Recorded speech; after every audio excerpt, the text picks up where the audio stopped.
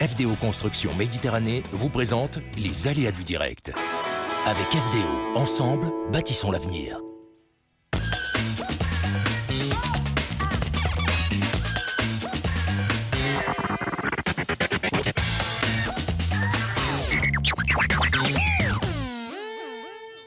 Salut à tous, bienvenue dans les aléas du direct. Des aléas du direct un peu particuliers aujourd'hui puisqu'ils seront entièrement consacrés à une opération un peu particulière qui s'appelle « Différent comme tout le monde ».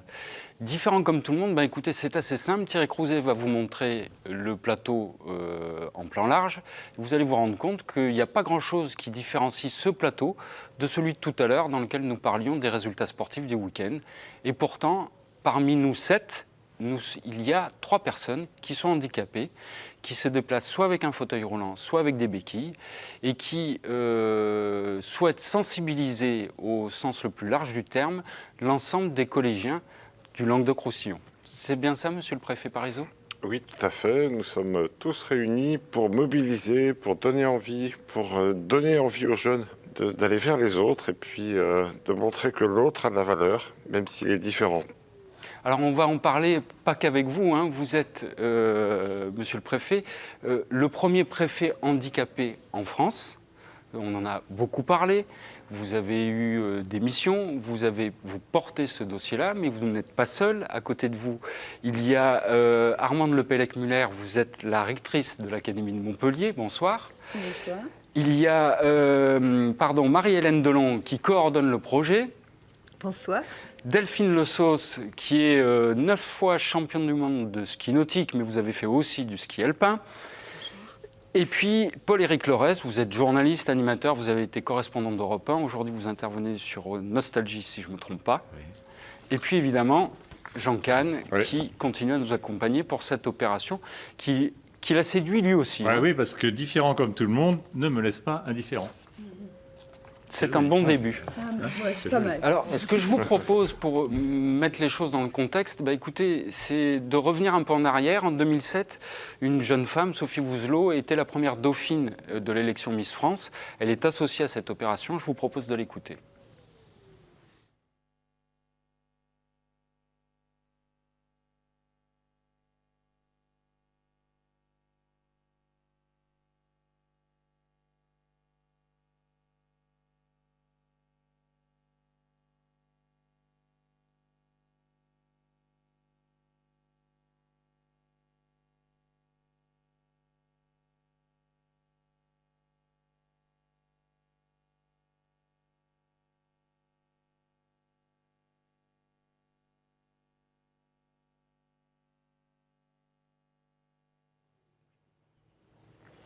Visiblement, le dossier est d'importance.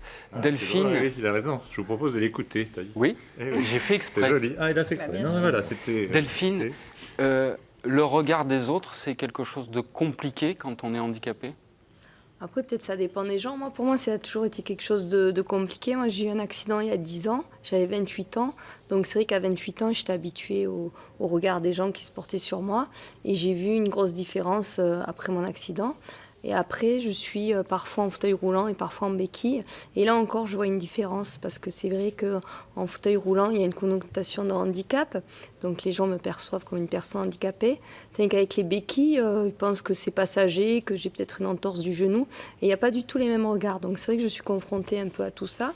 Et je trouve que c'est dommage encore dans notre société qu'on voit la différence comme quelque chose de négatif, alors que c'est quelque chose, à mon avis, de positif, d'être différent et d'avancer avec nos différences. C'est ça, monsieur le préfet, qui vous a amené à imaginer cette opération ? Moi, ça fait 38 ans que je suis en situation de handicap et j'ai voulu, avec mon métier de préfet, ne pas laisser des brèches se refermer. Au contraire, je veux que chacun puisse apprendre que l'autre a la valeur, que l'autre a le droit d'exister avec sa différence et qu'il ne doit pas ressembler forcément au valide parce qu'il a peut-être autre chose à apporter. Et c'est ça qui m'a conduit à parler de ce projet différent comme tout le monde. Alors Marie-Hélène, vous coordonnez tout ça. Oui. Qu'est-ce qui va se passer pendant ce mois de février, en fait, qui est vraiment le mois fort de Différent comme tout le monde ? Eh bien, on a fait un pari un peu fou avec M. Parisot et Paul-Éric Lorès au départ. Et puis bien sûr, Madame la rectrice qui nous a rejoints très très vite. Et en fait, on ne s'attendait pas du tout à cette opération parce qu'en fait, il y a eu énormément de gens qui se sont mobilisés, ce qui nous a d'autant plus frappé compte tenu de la morosité actuelle, vous voyez. Tandis que là, ce projet suscite l'enthousiasme. Il y a une centaine d'associations qui nous ont rejoints. Il y a des noms prestigieux comme le Lions Club qui vont assurer toute la logistique. Ils nous s'occuperont de toute la logistique, de l'accueil des collégiens. Et ce sont des gens sur qui on peut compter. Avec l'école d'infirmières également, puisque toute l'école d'infirmières de l'IFSI s'est mobilisée et met à notre disposition 150 élèves infirmiers et infirmières. Bon, il y a une centaine d'associations, essentiellement de l'Hérault et du Gard, des deux, dont les Paralysés de France, dont le comité de liaison, etc. Et tous ces gens-là se sont investis, vous n'avez pas idée. Mais pour faire quoi ? Alors. Pour faire quoi? Oui, c'est ça qu'on attend. Oui. C'est différent comme tout le monde, c'est une opération de sensibilisation des collégiens de 5e, parce que le rectorat nous a dit que c'était le plus bel âge en fait pour retenir, pour être sensibilisé. Donc, voilà, pour faire quoi? Il y a 3 parcours en fait. Il y a un parcours axé sur la citoyenneté, un parcours axé sur l'accessibilité. Et le 3e parcours, le plus intéressant, va permettre à des collégiens d'être mis en situation de handicap. Que ce soit un handicap moteur, un handicap sensoriel comme privé d'audition ou privé de vue, etc. Et on va essayer, il y a même une possibilité par une combinaison qui vont pouvoir enfiler, où ils se rendront compte de la difficulté de se mouvoir quand on a des gènes motrices. Mais ça, si la vieillesse, je peux envoyer Jean-Cannes si vous voulez, il n'y a pas de souci. Il leur montrera ce que ça donne. Je reste indifférent. Oui. Paul-Éric, quand il a fallu bâtir le programme de ce mois, parce que c'est très long quand même, c'est une opération c'est pas une journée comme ça, et ça s'adresse à 5000 collégiens. Quand il a fallu bâtir le programme, ça a été facile d'identifier les points où il fallait appuyer pour se faire entendre? Oui et non. Oui et non, ça a été compliqué à imaginer, à mettre en place, mais c'est vrai que derrière, il y a eu le savoir-faire de l'architecte qui est Marie-Hélène sur la construction du projet, la motivation et la position de Jean-Christophe Parisot en qualité de préfet, l'appui du rectorat qui a fait circuler l'information et plus auprès des collèges de tout le Languedoc-Roussillon. Et ensuite, comme le disait Marie-Hélène, il y a eu le mouvement solidaire de ce qu'elle a cité, des Paralysés de France, de la Fédération française handisport, des CMEA, qui sont à l'origine de la création du BAFA, par exemple. Enfin, et puis les partenaires privés qui ont su aussi accompagner, d'une part financièrement, d'autre part avec leurs ressources humaines, ces gens qui, dans les grandes entreprises, ont signé des accords d'entreprise pour accompagner l'emploi des personnes handicapées, les organismes de formation aussi. Donc tous ces gens sont investis autour d'un projet global. Et je rejoins complètement les propos du rectorat quand la classe de 5e paraît quasi idéale, ou pas encore de perversion adolescente et plus vraiment un enfant, où c'est peut-être le bon moment pour faire germer les bonnes notions de citoyenneté. Ça veut dire quoi, ça, Madame la rectrice? Ça veut dire qu'il y a un âge jusqu'auquel on peut penser que les enfants sont plus facilement en empathie, puis tout d'un coup, ça y est, ils basculent dans quelque chose de plus... la vie prend le dessus? C'est vrai que c'était un vrai sujet, la question de l'âge cible. Alors, bien que vous savez très bien qu'en 5e, il peut y avoir, je dirais, des élèves qui peuvent avoir entre 2 et 3 ans d'écart. Mais c'est vrai que la question de la puberté, de l'adolescence est vraiment à interroger. C'est-à-dire qu'avant, on voit bien, une fois qu'on a expliqué aux tout-petits, qu'un tel ou une telle ne voit pas ou ne voit pas bien ou entend plus difficilement ou se bouge différemment. Après, les enfants sont des enfants. Donc ils vont jouer, ils vont rire, ils vont discuter, ils vont se chamailler, etc. Et puis, la puberté, avec ses transformations, l'adolescence, avec ses interrogations, c'est le temps où le rapport au corps prend une autre dimension, ce qui veut dire que c'est le moment où on s'interroge sur soi, sur son corps, et c'est vrai que ce moment-là fait que peut-être que le rapport au handicap peut être pensé différemment.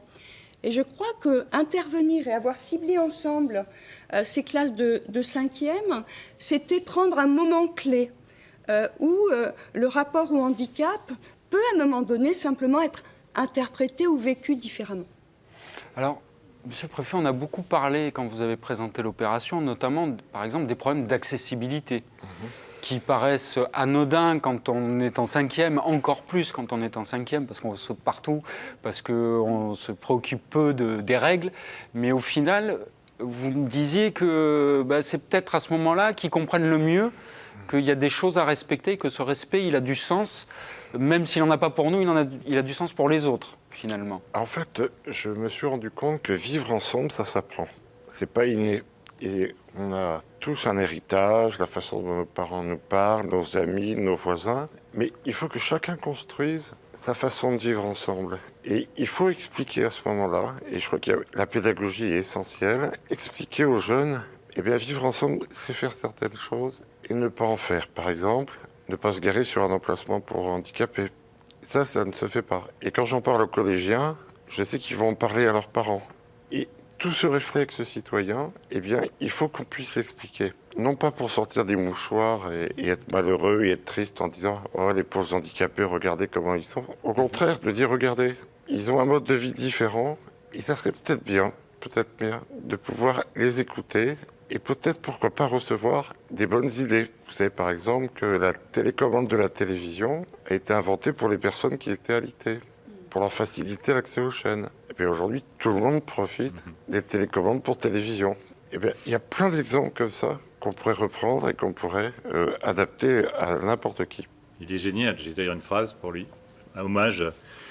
Le chevalier Bayard lutte contre l'exclusion sans peur et sans reproche. Il s'appelle Monsieur le Préfet Jean-Christophe Parizeau de Bayard. Oui, c'est vrai. C'est un grand combat. Hein. On se bat parfois contre des moulins à vent, on peut dire aussi. Hein. C'est pas toujours simple. Hein. Delphine, le sport dans le handicap, c'est quelque chose qui vous a aidé à surmonter ça. C'est un élément important de tout ce qu'on va se dire ce soir, le sport ou pas? Moi, j'ai toujours pratiqué du sport, même avant mon accident. Donc, pour moi, le sport, c'est très, très important dans ma vie. J'avais un grand-père prof de sport et qui m'a... PS, s'il vous plaît. Oui, à l'époque, c'était prof de sport. Donc, mais bon, voilà, maintenant, ce serait un prof de PS. Et effectivement, c'est vrai qu'il m'a donné ce goût de l'effort, du dépassement de soi. Et je pense qu'après, quand on a un problème dans la vie, d'être habitué un peu à se dépasser et avoir le goût de l'effort, ça peut aider quand on a des problèmes. Championne du monde, hein? 9 fois. Combien? 9 fois. 9 fois. Mais alors, est-ce que le regard des autres change aussi à cause de votre statut de sportive de haut niveau ou pas?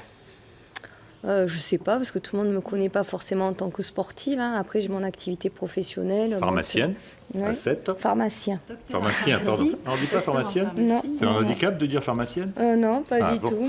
Mais... Et donc après, c'est vrai que les gens ne le savent pas forcément. Après, c'est ni un atout, ni une problématique d'être sportive de haut niveau et d'avoir un handicap. Pour moi, ça ne change pas grand-chose. Je ne pense pas que ça change le regard des gens forcément. Non, mais par exemple, pour revenir sur un épisode qu'on connaît tous, même si malheureusement il s'est tragiquement fini, le parcours d'Oscar Pistorius dans le sport de niveau, il a quand même amené un autre regard sur ce que pouvait être le handicap quand même, non ? Vous croyez pas? Oui, c'est sûr, parce que c'est de plus en plus médiatisé. De toute façon, c'est vrai que le handisport est de plus en plus médiatisé. Et après, quand il y a des personnages comme lui qui ont voulu concourir avec des valides, tout ça, c'est vrai que du coup, ça a amené une image différente. Mais même avec les Jeux paralympiques, les derniers à Londres, qui ont été très médiatisés, je pense que petit à petit, les gens sont habitués à voir ces images et à plus voir justement une personne handicapée en se disant « la pauvre, elle court comme ci ou comme ça ». Je trouve que c'est ce qui va faire aussi changer les mentalités, quoi. De plus c'est médiatisé, plus on voit les gens et plus on se dit que finalement il n'y a pas une grosse problématique. Je pense que ça va faire changer un petit peu les idées, oui. Et donc, du coup, c'est vrai que le handisport est médiatisé. On va plus facilement médiatiser une activité sportive qu'une activité professionnelle. Donc, du coup, c'est vrai que ça passe aussi par le sport. Alors tout ça, ça contribue au vivre ensemble, hein, mais dans les thématiques que vous allez aborder pendant tout ce mois de février, il y a aussi travailler. Et ça, Madame la rectrice, je me tourne vers vous, parce que la problématique de travailler, c'est d'abord, pour pouvoir travailler, il faut d'abord se former. Absolument. Et comment ça se passe? Et si j'ai souvent dit que la rencontre avec le préfet Parisot, c'était vraiment une évidence. C'est une évidence parce que finalement, cette question du différent est intéressante de 2 points de vue. C'est à la fois, je dirais, la mobilisation de l'éducation nationale pour scolariser, toujours, mieux, plus, d'élèves en situation de handicap, de le faire bien, parce qu'au fond, ce sont des élèves comme les autres, et que la mission essentielle de l'éducation nationale, c'est de faire réussir tout le monde, et du coup de faire réussir chacun, en lui donnant les meilleures conditions pour ce faire. Et puis le deuxième élément d'évidence, c'est le vivre ensemble. C'est ce que vous expliquiez tout à l'heure. Et moi, ce qui m'intéresse, c'est qu'on prend en compte là, non pas des collégiens de manière individuelle, c'est que ce sont des collégiens dans leur classe. Une des forces de ce dispositif, de cette manifestation, c'est qu'on prend les élèves dans une classe avec toute leur diversité. Et des difficultés d'apprentissage, tout le monde va en rencontrer. Des besoins d'aménagement, des situations pédagogiques, tout le monde en a besoin. Et l'idée, c'est bien à un moment donné de casser les stéréotypes, simplement en montrant que, en étant et en travaillant collectivement, en laissant les élèves interagir entre eux pour apprendre, il y a une plus grande facilité de relation et de reconnaissance de l'autre tel qu'il est, mais aussi avec ses atouts. Parce que, Delphine le disait tout à l'heure, une situation de handicap, c'est une chance. C'est une chance pour chaque individu, mais c'est surtout une chance pour la société. Monsieur le préfet, vous n'avez pas attendu le 1er février pour commencer à rencontrer des collégiens. Vous êtes allé notamment à Béziers, chez monsieur Malvis, si ma mémoire est bonne, rencontrer des enfants de 5e. Comment s'est passé l'échange? Moi, je dirais que les collégiens sont formidables. Ces jeunes ont vraiment une capacité de se tourner vers les autres et il faut la développer, il faut la maintenir, il faut l'encourager. Et quand les collégiens viennent me voir et à la fin me disent « on était heureux de vous voir », me disent « est-ce qu'on peut vous faire un bisou ? Est-ce qu'on peut vous serrer la main ? Est-ce qu'on peut vous dire bravo ?» Et je sens qu'il y a un potentiel de vie extraordinaire. Et moi, je voudrais que cette joie de vivre, qui est surtout dans les quartiers difficiles, notamment, puisse se transmettre à tout le monde. Et il y a eu le film Intouchable, qui a été vraiment un grand moment d'émotion dans toute la France. Et moi, je voudrais que ce film il se poursuive dans le réel, dans le quotidien. Il a changé quelque chose, ce film, dans Je l'esprit pense des enfants? Oui, je pense que les jeunes ont été très frappés. Quand je demande aux jeunes des collèges, avez-vous vu le film d'abord? Il y en a 4 sur 5 qui se lèvent. Et après, je leur dis, mais vous avez aimé ce film? Et la plupart me disent oui, parce que on a vu qu'on était tous pareils. On avait tous des mêmes besoins, on avait tous envie de rigoler, on a tous envie de vivre, on a tous envie d'être comme les autres. Et ça, c'est un très beau message qu'il faut diffuser. Bien, ce que je vous propose, c'est justement d'écouter quelques-uns des collégiens qui vous ont rencontré à Béziers à l'issue de votre intervention. Dans les écoles, il faut mettre des ascenseurs pour les handicapés. En fait, il ne faut pas les sentir, il ne faut pas qu'ils sentent qu'ils sont différents que nous. Il faut sentir qu'ils sont comme nous. On va dire, plutôt on va l'aider à traverser la route, on va lui ouvrir une porte, au lieu de le regarder, de le juger parce qu'il est différent, parce qu'il ne peut pas marcher. Oui, et même quand on aura nos enfants aussi, on ne va pas le tirer de bras en train de dire ne regarde pas celui-là parce qu'il est différent comme nous. Non, on a tous une égalité. On encourage monsieur le préfet. C'est pas parce qu'on est handicapé qu'on peut rien faire, franchement. Même si on est de religions différentes, on est tous des humains et on a tous le droit d'être entendus. Voilà. Le jeune garçon, dans l'interview, dit quelque chose de magnifique. Il dit il est différent comme nous. Oui, tout à fait, c'est exactement ça. En fait, c'est ce que vous essayez de faire, c'est de leur montrer que nous sommes tous différents, mais finalement, tous semblables? Et je pense que dans les quartiers en plus difficiles, où on vit beaucoup d'épreuves à tout niveau, c'est important de se dire, mais finalement je ne suis pas le seul à avoir des galères, je pourrais peut-être aider les autres et faire quelque chose de beau avec ça. Et donc transformer un mal en bien, transformer une difficulté en positif. Et je crois que c'est ça qui est important dans l'opération Différent comme tout le monde. Et il faudra absolument que cette opération puisse en même temps casser la morosité ambiante dont parlait Marie-Hélène tout à l'heure. Il faut casser cette morosité parce qu'on a l'impression aujourd'hui que tout est fichu, qu'il n'y a pas vraiment de solidarité, que les choses vont mal, qu'il y a la crise, il y a la dette, etc. Et là, il y a un beau projet qui peut réunir tout le monde. Dépasser l'indifférence, vous dites. Tout à fait. Et pour un préfet, sans limitation de vitesse. Oui, c'est vrai. Paul-Éric, on parlait du travail tout à l'heure. Le travail, c'est compliqué quand on est handicapé, et surtout quand on a eu une vie professionnelle avant et qu'il faut la reconstruire. Il y a moyen quand même de passer au-dessus de ça, de retrouver quelque chose, de retrouver un intérêt au travail et de se remettre dans le travail quand on l'a fait avant et qu'entre-temps, il y a eu un accident, comme ça a pu vous arriver? Oui, c'est vrai que là, vous mettez le doigt sur plusieurs notions. Oui, c'est un peu le problème, voilà, c'est qu'il nous faudra un débat beaucoup plus long. Voilà, sur plusieurs notions. La notion déjà de handicap de naissance ou congénital et du handicap survenu. Voilà, c'est d'être privé de quelque chose est différent que de n'avoir jamais connu ce dont on est privé, puisqu'on l'a jamais connu, on n'est pas privé. On compense. Donc déjà, c'est une notion qui va être abordée dans le cadre de ces 3 semaines à Montpellier et à Nîmes. La reconstruction passe par le travail. Le travail est source d'équilibre. Le travail, c'est la santé. Rien faire, c'est pas la conserver. Donc, évidemment qu'il faut une occupation, une activité. Travail n'est pas obligatoirement égal à salaire. On peut aussi travailler de manière bénévole. On peut avoir une activité. La ressource mentale ne rend pas obligatoirement chauve, comme vous pouvez le voir. La ressource mentale peut aussi permettre d'avoir... C'est parce qu'il n'y en a pas, hein, voilà, qui est chauve. Un équilibre tout simplement. Chauve qui peut. Exactement. Cultiver le champ des possibles, là aussi, même si ce n'est pas la rubrique primeur ou fruits et légumes, mais en tous les cas, cultiver le champ des possibles. Aujourd'hui, on peut dire que grâce à un engagement global, et le préfet Parisot, qui est quand même représentant de l'État, si je ne m'abuse, prouve bien cet axe fondamental qui est le fait que tout le monde doit avoir accès au travail. Donc il est nécessaire, quelle que soit sa situation de handicap, physique, mental, psychique, social, le film Intouchable a aussi mis en exergue ce qui n'était pas qualifiable avant, le handicap social, qui existe concrètement. Et donc retrouver un travail, c'est possible. Encore faut-il vouloir. Ne faut-il pas succomber à la tentation des aides et du rien faire, justement, savoir tomber sur les gens qui peuvent accompagner. Car aujourd'hui, il existe un maillage associatif qui est particulièrement efficace pour accompagner la personne en recherche d'emploi et l'adaptation au poste de travail. Aujourd'hui, il existe une ouverture d'esprit qui a prouvé que ouverture d'esprit n'était pas synonyme de fracture du crâne. Vous me l'accordez ? Cette ouverture d'esprit, elle doit visiblement se travailler dès le plus jeune âge.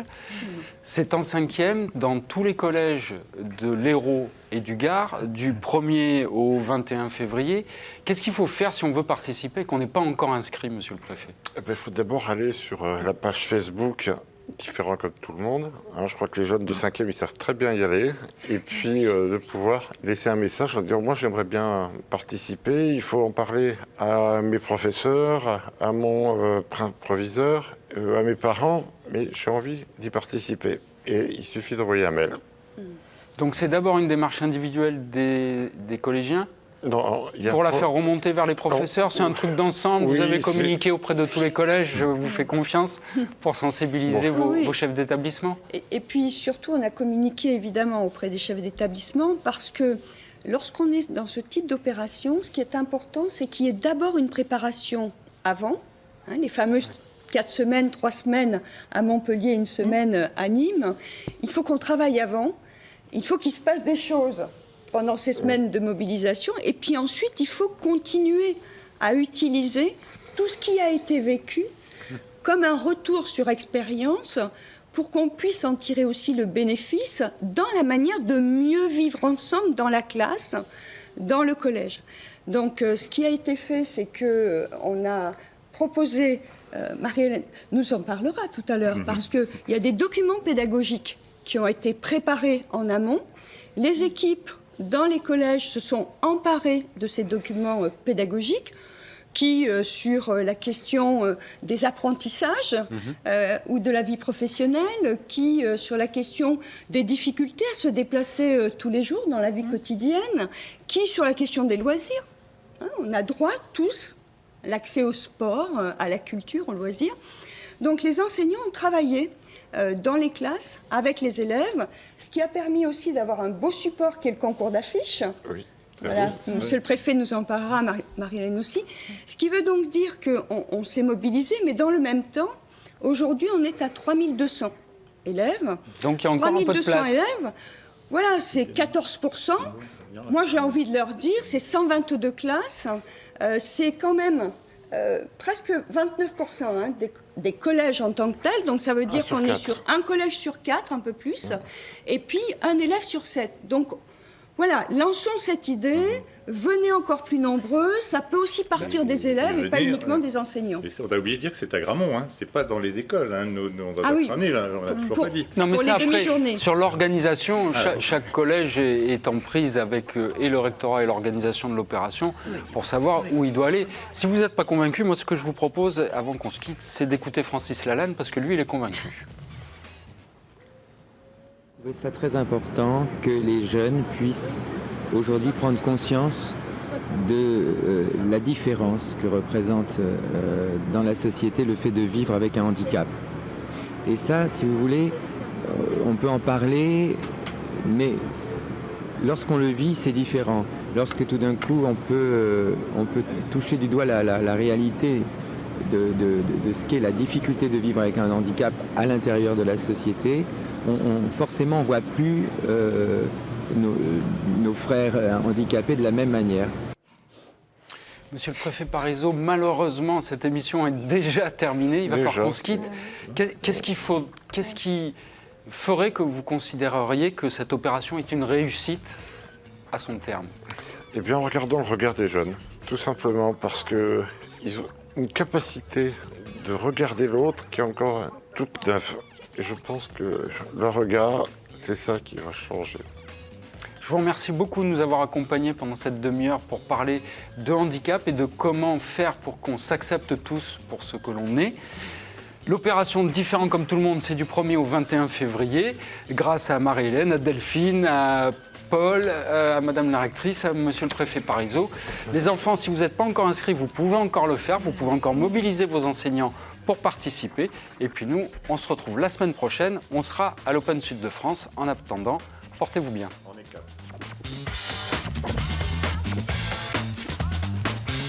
FDO Construction Méditerranée vous a présenté les aléas du direct.